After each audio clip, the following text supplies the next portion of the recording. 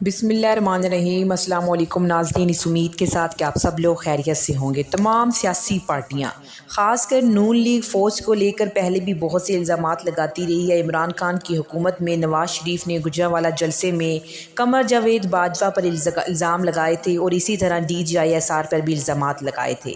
لہٰذا شروع سے ہی جتنے بھی سیاستدان ہیں، جب بھی ان کی اپنی ناظرین سیاست خطرے میں ہوتی ہے تو یہ اسٹیبلشمنٹ کو الزامات کا نشانہ بناتے ہیں۔ نئے آرمی چیف کی تعیناتی کو لے کر ملک کا ماحول بہت گرم ہوا ہے۔ نون لیگ چاہتی ہے کہ آرمی چیف ہماری مرضی کا ہو، لیکن عمران خان کا موقف یہ رہا کہ آرمی چیف کو میرٹ پر سلیکٹ ہونا چاہیے، ملک کا سوچا جائے نہ کہ اپنی ذاتی سیاست کا۔ آرمی چیف قمر جاوید باجوہ نے بالآخر آج وہ خاموشی توڑ دی ہے۔ کئی بے بنیاد الزامات جو کہ اسٹیبلشمنٹ پر لگائے تھے، ان سب کو اڑا کر رکھ دیا ہے۔ نیوٹرل رہنا ہے یا مداخلت کرنی ہے، بڑا دو ٹوک جواب دے دیا ہے سیاستدانوں کو۔ اور پاکستان کی سیاست میں جو ہلچل مچی ہوئی ہے اور جو دھند چھائی ہوئی ہے اور جو بے یقینی کی صورتحال ہے، اب اس سارے معاملے میں کچھ دھند جھٹنا شروع ہو چکی ہے۔ قمر جاوید باجوہ نے خاموشی توڑ دی ہے کہ نیوٹرل رہنا ہے یا پھر مداخلت کرنی ہے، ایکسٹینشن لینی ہے یا پھر ریٹائرمنٹ کی طرف جانا ہے۔ اور شہباز شریف جو کہ ایکسٹینشن دینا چاہتے تھے، کیا ان کے ارمانوں پر بھی پانی پھر چکا ہے؟ اور ناظرین، دوسری جانب عمران خان نے بھی تیاریاں عروج پر کر رکھی ہیں۔ عمران خان کمپرومائز کرنے کے لیے تیار نہیں ہیں اور امپورٹر سرکار کی جانب سے دھمکیوں کا سلسلہ بھی جاری ہے۔ ان تمام تفصیلات سے آپ کو آگاہ کرنا ہے، لیکن اس سے پہلے آپ ہمارے چینل کو سبسکرائب کریں، ویڈیو کو لائک کریں اور کامنٹس باکس میں اپنے قیمتی آراء سے ضرور آگاہ کریں۔ قمر جاوید باجوہ نے واشنگٹن میں پاکستان ایمبیسی میں پاکستانیوں کے ساتھ لنچ کرتے ہوئے غیر رسمی گفتگو تھی۔ اس میں یہ کہا کہ ان کا کوئی ارادہ نہیں ہے کہ وہ ایکسٹینشن لیں، وہ اپنا دوسرا 3 سالہ دور جو کہ نومبر میں ختم ہو رہا ہے، اس کے بعد واپس چلے جائیں گے۔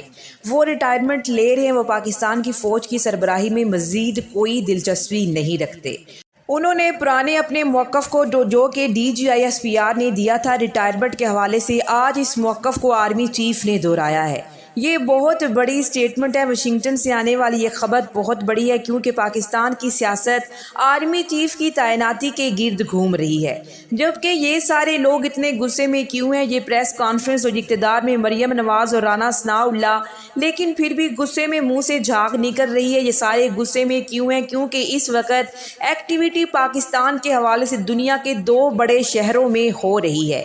ایک واشنگٹن، وہاں پر آرمی چیف اپنے ڈیلیگیشن کے ساتھ موجود ہیں۔ آرمی چیف ایک ہفتے کے وزٹ پر امریکہ میں موجود ہیں اور ان کی ملاقاتیں بھی ہو رہی ہیں۔ UN کے ملٹری ایڈوائزر وزیر دفاع سے بھی ان کی ملاقات ہو چکی ہے۔ سیکرٹری آف اسٹیٹ سے بھی آرمی چیف کی ملاقات ہوئی ہے۔ کچھ ملاقاتیں واشنگٹن میں اور کچھ نیو یارک میں ہوئی ہیں، تاکہ دونوں ممالک کی پالیسیز کا تسلسل رہے اور دونوں ملکوں کے تعلقات میں جو رکھنا پیدا ہوا تھا وہ دوبارہ نہ ہو اور تعلقات مضبوط ہو سکے۔ پاکستان میں ناظرین، جتنی بھی تبدیلیاں ہوتی ہیں، چاہے وہ سیاسی ہوں یا پھر غیر سیاسی، دونوں میدانوں میں ان تبدیلیوں پر واشنگٹن بہت زیادہ اثر انداز ہوتا ہے۔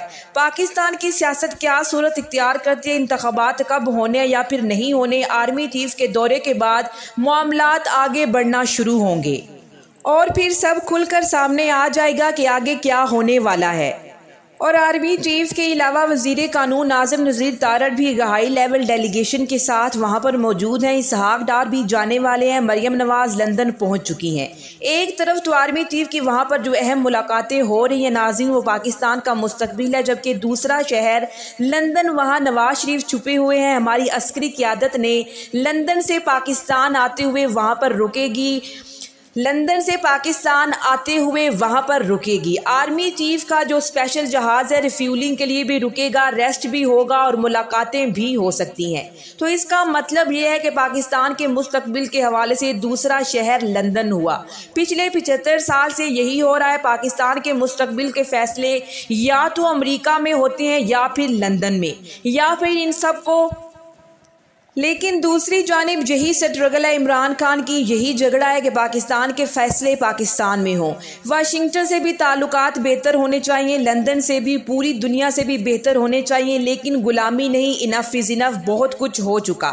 یعنی کہ عمران خان کی کمپین ہے، یہی عمران خان کی کمپین ہے اور اس کا یہی فوکس ہے۔ اور یہی عمران خان کی کمپین ہے، یہی اس کا فوکس ہے اور اس تحریک کی تیاریاں اپنے عروج پر ہیں۔ لیکن سمیع ابراہیم نے حکومت کے ایک شیطانی کھیل، ایک ایسا منصوبہ جو کہ اسلام آباد میں عوام کا سمندر جو کہ عمران خان لے کر آنا چاہتے ہیں، اس سمندر کے سامنے اب یہ فوج کو کھڑا کرنا چاہتے ہیں۔ اور اس کے حوالے سے جو میٹنگ ہوئی ہے، اس کی اندرونی کہانی سمیع ابراہیم نے بریک کر دی ہے، وہ یہ ہے کہ سمیع ابراہیم نے کہا کہ اس میٹنگ میں ایف سی کے بھی کمانڈر تھے اور رینجرز کے بھی کمانڈر تھے۔ جب رانا ثناء اللہ نے یہ کہا کہ ہم یہاں پر فوج کو بلائیں گے اور یہ لوگوں کو لانگ مارچ سے روکیں گے اور اس مقصد کے لیے ایف سی، رینجرز اور فوج کو استعمال کیا جائے گا، لیکن ناظرین دوسری جانب خاموشی چھا گئی اور سناٹا چھا گیا۔ سمیع ابراہیم نے یہ بھی کہا، اس پارٹی کے ایک ممبر کا میں نام نہیں لوں گا، اس نے کہا کہ یہ کس طرح سے سب کچھ ہوگا۔ لیکن رانا ثناء اللہ بطور وزیر داخلہ ظاہری سی بات ہے جن کی اتھارٹی ہے، دوسرے لوگ اپنا اوپینین تو دے سکتے ہیں لیکن کرنا تو وہی پڑے گا۔ میٹنگ کے اندر کی خبر کے مطابق جو کھیل رانا ثناء اللہ کھیل رہے ہیں سب لوگ اس کو سمجھ چکے ہیں۔ وہاں پر کسی نے بھی رانا ثناء اللہ کو کنفرنٹ نہیں دی اور کسی نے رضامندی بھی ظاہر نہیں کی۔ اور سمیع ابراہیم نے یہ بھی دعویٰ کیا کہ اس حوالے سے جو آرٹیکل 245 کا استعمال ہے پاکستان کے عسکری ادارے، اس حوالے سے ان کا بڑا واضح موقف ہے اور اس کا عندیہ قمر جاوید باجوہ نے ڈی سی میں ہونے والی اپنی گفتگو میں دے دیا ہے۔ اپنی ریٹائرمنٹ کا ذکر کیا ہے اور اپنے موقف کو دہرایا ہے کہ وہ کسی ایکسٹینشن میں انٹرسٹڈ نہیں ہے اور ساتھ ہی ساتھ انہوں نے قوم کو ایک بہت بڑا پیغام بھی دیا ہے۔ پاکستان کی فوج پاکستان کی سیاست سے دور رہے گی، ہم سیاست میں نہیں ہیں اور ہم نہیں رہیں گے۔ اس کا مطلب یہ ہے ناظرین کہ اگر وہ سیاست میں نہیں ہے تو پھر مقابلہ نواز شریف، آصف علی زرداری، مولانا فضل الرحمان اور عمران خان کا ہے۔ یہ سیاسی مقابلہ ہے، اس کا نتیجہ بھی جولائی میں آپ دیکھ چکے ہیں کہ کس طرح 17 جولائی کے ضمنی کے انتخابات میں عمران خان نے حکومت کو کلین سویپ کیا تھا اور انہوں نے 16 نشستیں تحریک انصاف نے جیتی تھی۔ تحریک انصاف نے جس طرح سے کراچی میں عامر لیاقت کی نشست پر تحریک انصاف کے امیدوار نے ایم کیو ایم اور پیپلز پارٹی کے مشترکہ امیدوار کو وہاں پر شکست دی تھی۔ اب سندھ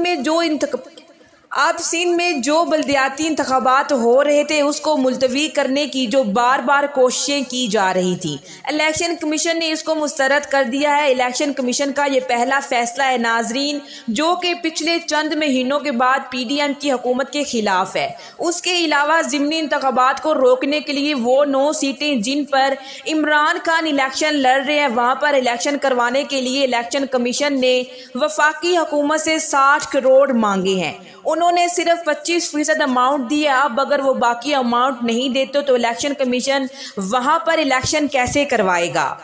حکومت، پی ڈی ایم، شہباز شریف اور مریم نواز سب کی دوڑیں لگنا شروع ہو چکی ہیں۔ مریم نواز بھاگ کر لندن چلی گئی ہیں، اب اپنے والد سے مزید مشورے لیں گی۔ ایک بہت بڑا اکٹھ اب لندن میں بھی ہونے جا رہا ہے۔ فوج اگر نیوٹرل ہے، جنرل باجوہ جا رہے ہیں تو پھر پی ڈی ایم کے منہ سے جو الفاظ کی بمباری نکل رہی ہے اس کی سمجھ بھی آنا شروع ہو چکی ہے۔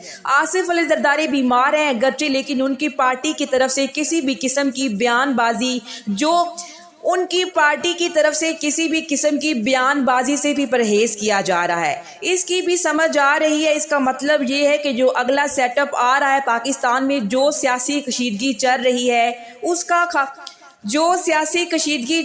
ہے اس کے خاتمے کے لیے لیول پلینگ فیلڈ دی جائے گی۔ حالات یکسر تبدیل ہو چکے ہیں۔ وہ حالات جن میں پی ڈی ایم کے قائدین روزانہ دھمکیاں لگاتے تھے وہ حالات اب تبدیل ہونا شروع ہو چکے ہیں۔ اب لانگ مارچ کو روکنے کی تدبیریں جس میں یہ شیطانی منصوبہ کہ فوج کو استعمال کیا جائے گا لوگوں کے خلاف اور ان کو آپس میں لڑایا جائے گا۔ آنے والے دنوں میں یہ ڈیسیجن ریویو ہوگا۔